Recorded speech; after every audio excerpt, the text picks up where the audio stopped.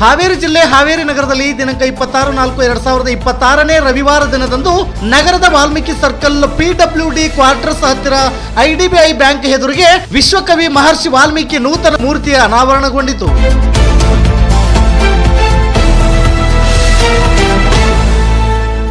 ಹಾವೇರಿ ನಗರದಲ್ಲಿ ಶ್ರೀ ಮಹರ್ಷಿ ವಾಲ್ಮೀಕಿ ನೂತನ ಮೂರ್ತಿ ಅನಾವರಣದ ವೇದಿಕೆ ಕಾರ್ಯಕ್ರಮದಲ್ಲಿ ಪರಮ ಪೂಜ್ಯ ಜಗದ್ಗುರು ಶ್ರೀಗಳಾದ ಡಾಕ್ಟರ್ ವಾಲ್ಮೀಕಿ ಪ್ರಸನ್ನಾನಂದಪುರಿ ಮಹಾಸ್ವಾಮಿಗಳು, ವಾಲ್ಮೀಕಿ ಗುರುಪೀಠ ರಾಜನಹಳ್ಳಿ ಹರಿಹರರವರು ಹಾಗೂ ಶ್ರೀಮದ್ ನಿರಂಜನ ಪ್ರಣವ ಸ್ವರೂಪಿ ಡಾಕ್ಟರ್ ಸದಾಶಿವ ಮಹಾಸ್ವಾಮಿಗಳು ಹುಕ್ಕೇರಿ ಮಠ ಹಾವೇರಿರವರು ದಿವ್ಯ ಸಾನ್ನಿಧ್ಯ ವಹಿಸಿದ್ದರು.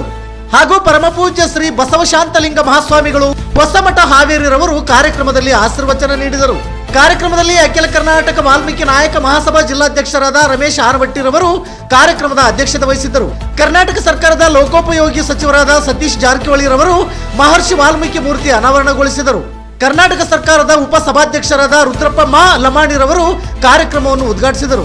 ಕಾರ್ಯಕ್ರಮದಲ್ಲಿ ಮಾಜಿ ಸಚಿವರಾದ ರಾಜಗೌಡರವರು ಹಾಗೂ ಅಖಿಲ ಕರ್ನಾಟಕ ವಾಲ್ಮೀಕಿ ನಾಯಕ ಮಹಾಸಭಾ ರಾಜ್ಯಾಧ್ಯಕ್ಷರಾದ GT ಚಂದ್ರಶೇಖರಪ್ಪ ಹಾಗೂ ಬ್ಯಾಡಗಿ ವಿಧಾನಸಭಾ ಕ್ಷೇತ್ರದ ಶಾಸಕರಾದ ಬಸವರಾಜ ಶಿವಣ್ಣವರ್ ಹಾಗೂ ವಿಧಾನ ಪರಿಷತ್ ಮುಖ್ಯ ಸಚೇತಕರಾದ ಸಲೀಂ ಅಹಮದ್ ಹಾಗೂ ಅಖಿಲ ಕರ್ನಾಟಕ ವಾಲ್ಮೀಕಿ ನಾಯಕ ಮಹಾಸಭಾ ಯುವ ಘಟಕದ ರಾಜ್ಯಾಧ್ಯಕ್ಷರಾದ TR ತುಳಸಿರಾಮ್, ಸಮಾಜದ ಮುಖಂಡರು ಮತ್ತು ಉದ್ಯಮಿಗಳಾದ K ಮಂಜಪ್ಪರವರು ಸೇರಿದಂತೆ ವಿವಿಧ ಗಣ್ಯರು ಕಾರ್ಯಕ್ರಮದಲ್ಲಿ ಉಪಸ್ಥಿತರಿದ್ದರು. ಅಖಿಲ ಕರ್ನಾಟಕ ವಾಲ್ಮೀಕಿ ನಾಯಕ ಮಹಾಸಭಾ ಕಾರ್ಯಕರ್ತರು ಮತ್ತು ಮಹರ್ಷಿ ವಾಲ್ಮೀಕಿ ಅನುಯಾಯಿಗಳು ವಿವಿಧ ಜಿಲ್ಲೆ ಹಾಗೂ ತಾಲೂಕುಗಳಿಂದ ಸಾವಿರಾರು ಸಂಖ್ಯೆಯಲ್ಲಿ ಸಾಗರೋಪಾದಿಯಲ್ಲಿ ಆಗಮಿಸಿ ಕಾರ್ಯಕ್ರಮದ ಯಶಸ್ಸಿಗೆ ಕಾರಣರಾದರು.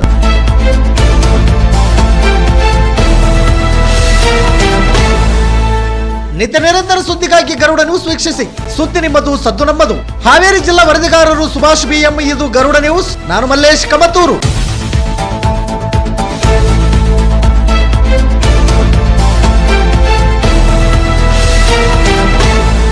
ಅಂದ್ರೆ ಕೇವಲ ಮೇಲ್ವರ್ಗದವರಿಗೆ, ಮೇಲ್ಜಾತಿಯವರಿಗೆ ಅನ್ನುವಂತ ಕಾಲಮಾನದಲ್ಲಿ ಸಂಸ್ಕೃತ ಅನ್ನುವಂಥದ್ದು ಅದ ಪ್ರಯತ್ನವಾದಿಗಳ ಸ್ವತ್ತು ಅನ್ನುವಂಥದ್ದನ್ನ ತೋರಿಸಿಕೊಟ್ಟಂತ ಜಗತ್ತಿನ ಮೊದಲ ವ್ಯಕ್ತಿ ಅಂದ್ರೆ ಅದು ಮಹರ್ಷಿ ವಾಲ್ಮೀಕಿಗಳು ಅನ್ನುವಂಥದ್ದು ನಾವೆಲ್ಲರೂ ಗಮನಿಸಬೇಕಾಗಿರುವಂತದ್ದು. ಆ ನಿಟ್ಟಿನಲ್ಲಿ ಇವತ್ತು ಹಾವೇರಿ ನಗರದಲ್ಲಿ ಪುತ್ಥಳಿಯನ್ನ ಅನಾವರಣ ಮಾಡಲಾಗಿದೆ. ಆ ಮೂಲಕ ಕೇವಲ ಪುತ್ಥಳಿಯನ್ನು ಮಾತ್ರ ಅನಾವರಣ ಮಾಡಿಲ್ಲ, ಅವರ ಆದರ್ಶಗಳನ್ನೇ ಇಲ್ಲಿ ನಿಲ್ಲಿಸಲಾಗಿದೆ. ಅವರ ಆದರ್ಶಗಳನ್ನ ನಮ್ಮ ಸಮಾಜದವರೆಲ್ಲರೂ ಕೂಡ ಅಳವಡಿಸಿಕೊಂಡು ಮಕ್ಕಳಿಗೆ ಉತ್ತಮವಾದ ಗುಣಮಟ್ಟದ ಶಿಕ್ಷಣವನ್ನು ನೀಡುವಲ್ಲಿ ನಿರಂತರ ಪ್ರಯತ್ನ ಆಗಬೇಕು ಎನ್ನುವಂತಹದ್ದು ನಮ್ಮೆಲ್ಲರ ಕಳಕಳಿಯಾಗಿದೆ.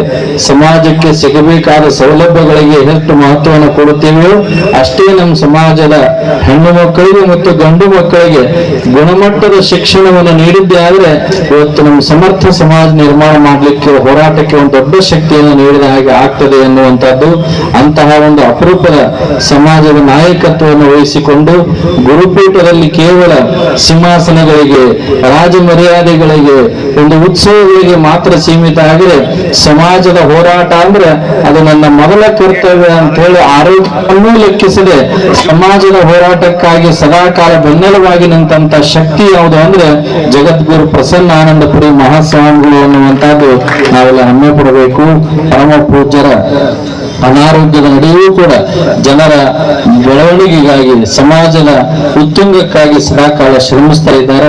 ಪೂಜ್ಯರಿಗೆ ನೀವೆಲ್ಲರೂ ಕೂಡ ಶಕ್ತಿಯನ್ನು ನೀಡಿದ್ದೆ ಆದ್ರೆ ಮತ್ತಷ್ಟು ಮೊದಲಷ್ಟು ಈ ನಾಡಿಗೆ, ಸಮಾಜಕ್ಕೆ ದೊಡ್ಡ ಕೊಡುಗೆಯನ್ನು ಕೊಡ್ಲಿಕ್ಕೆ ಅವರ ಮುಂದಾಳತ್ವದಲ್ಲಿ ಬರುತ್ತೆ ಎನ್ನುವ ಮಾತುಗಳನ್ನ ಈ ಸಂದರ್ಭದಲ್ಲಿ ತಿಳಿಸ್ತಾ ತಾವೆಲ್ಲರೂ ಶಾಂತ ರೀತಿ ನಿನ್ನೆ ನಂಬಿರಂತ ವಾಲ್ಮೀಕಿ ಸಮಾಜಕ್ಕೆ ಏನ್ ಗತಿ?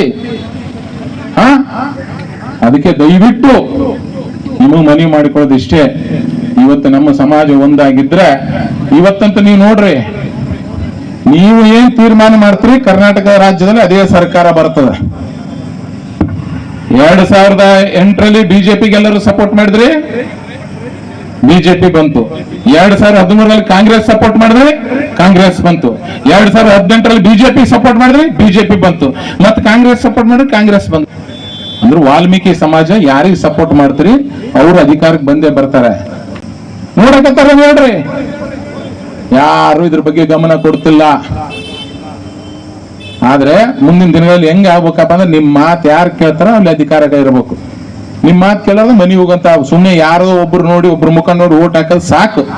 ರಾಜುಗೌಡ್ರು ನೋಡಿ ಓಟ್ ಹಾಕೋದು ಸಾಕು, ಶ್ರೀರಾಮುಲು ನೋಡಿ ಓಟ್ ಹಾಕೋದು ಸಾಕು, ಸತೀಶ್ ಅಣ್ಣ ನೋಡಿ ಹಾಕೋದು ಸಾಕು. ನಿಮ್ಗೆ ಯಾರು ಅನುಕೂಲಕ್ಕೆ ಬರ್ತಾರೆ, ನಿಮ್ಗೆ ಯಾರು ಒಳ್ಳೇದು ಮಾಡ್ತಾರೆ ಅಂತವ್ರು ನೀವು ನಿಲ್ಸ್ಕಳಿಸಿದ ಮಾತ್ರ ಅನುಕೂಲ ಆಗ್ತದೆ. ಇದು ಐತಿಹಾಸಿಕ ಕ್ಷಣ ಇವತ್ತು. ಯಾಕಂದರೆ ಸುಮಾರು 15 ಲಕ್ಷದಲ್ಲಿ ಇವತ್ತು ನಾವು ಈ ಪುತ್ಥಳಿಯನ್ನು ನಿರ್ಮಾಣ ಮಾಡಿ ಈ ಒಂದು ರಾಜ್ಯದೊಳಗೆ ಇತಿಹಾಸ ಬರೆದಂಥ ಹಾವೇರಿ ಜಿಲ್ಲೆ ನಮ್ಮ ಜಿಲ್ಲೆ ಹೆಮ್ಮೆ. ಯಾಕೆಂದರೆ ಇವತ್ತು ನಾವು ಹೇಳ್ಕೊಂತೀವಿ ಎದೆ ತಟ್ಟಿ ನಮ್ಮ ವಾಲ್ಮೀಕಿ ಸಮಾಜದ ನಾಯಕರು ಸೇರಿ ಇವತ್ತು ಅದನ್ನು ಸುಮಾರು 25 ಲಕ್ಷ ರೂಪಾಯಿ ಖರ್ಚು ಮಾಡಿ ಇವತ್ತು ಪುತ್ಥಳಿಯನ್ನು ನಿರ್ಮಾಣ ಮಾಡಿದ್ದೇವೆ. ಯಾಕಂದರೆ ನಾವು ಇವತ್ತು ಬೇರೆ ಅನ್ಯ ಜಾತಿಯವರು ಯಾರ್ದ ಕಡೆ ಕೇಳಿಲ್ಲ, ನಾವೇ ಇವತ್ತು ಎಲ್ಲರೂ ಕೂಡಿಕೊಂಡು ನಮ್ಮ ಜನಾಂಗ ನಮ್ಮ ಸಮಾಜದವರ ಒಂದು ಹೆಸರು ಕುಂದಿರಬೇಕನ್ನೋ ಉದ್ದೇಶದಿಂದ ಇವತ್ತು ನಾವೆಲ್ಲರೂ ಸೇರಿ ಇವತ್ತು ಒಂದು ಮಹಾನ್ ಪುತ್ಥಳಿಯನ್ನು ನಿರ್ಮಾಣ ಮಾಡಿದ್ದೀವಿ ಆದಿಕವಿ ಮಹರ್ಷಿ ವಾಲ್ಮೀಕಿ ಅವ್ರದ್ದು. ಆದರೆ ಇವತ್ತು ಎಲ್ಲ ಮಹಿಳೆಯರು ಬಂದು ಆ ಪುತ್ಥಳಿಗೆ ಒಂದು ಸಾಕ್ಷಿಯಾಗಿದ್ದಾರೆ. ಹೆಮ್ಮೆಯ ವಿಚಾರ. ಎಲ್ಲ ನನ್ನ ಜಿಲ್ಲೆಯಂತ್ರ ಬಂದಂಥ ಅಣ್ಣ ತಮ್ಮಂದಿರಿಗೆ, ನನ್ನ ವಾಲ್ಮೀಕಿ ಕುಲ ಬಾಂಧವರಿಗೆ, ತಾಯಂದಿರಿಗೆ, ಅಕ್ಕ ತಂದಿರಿಗೆ ಮತ್ತೊಮ್ಮೆ ಶರಣಾರ್ಥಿಯನ್ನು ಹೇಳಿ ಈ ಕಾರ್ಯಕ್ರಮಕ್ಕೆ ಮುಖ್ಯವಾಗಿ ನಾನು ಇನ್ನೊಂದು ನೆನಪು ಮಾಡಬೇಕು. ದಾನಿಗಳು ಯಾರು ಇವತ್ತು ನಮ್ಮ ಸಮಾಜದ ದಾನಿಗಳು ಮನೆಗೆ ಹೋದರೂ ಯಾರು ಒಬ್ಬರಿಲ್ಲ ಅಂದಿಲ್ಲ. ಒಬ್ಬರು 50,000, ಅವರು 20,000, 1,00,000, 30,000, 25,000 ಹಿಂಗೆ ಕೊಟ್ಟು ಈ ಪುತ್ಥಳಿಗೆ ಸುಮಾರು 15 ಲಕ್ಷ ರೂಪಾಯಿ ಮತ್ತು ಖರ್ಚು ವೆಚ್ಚ ಸೇರಿ ಒಂದು ಸುಮಾರು 30 ಲಕ್ಷ ಈ ನಮ್ಮ ಸಮಾಜದ ಬಾಂಧವರು ಕೊಟ್ಟು ಈ ಕಾರ್ಯಕ್ರಮ ಯಶಸ್ವಿ ಮಾಡಿದರೆ ಮತ್ತೊಮ್ಮೆ ಎಲ್ಲರಿಗೂ ನಾನು ಕೈ ಮುಗಿದು ಧನ್ಯವಾದನ ಹೇಳ್ತೇನೆ.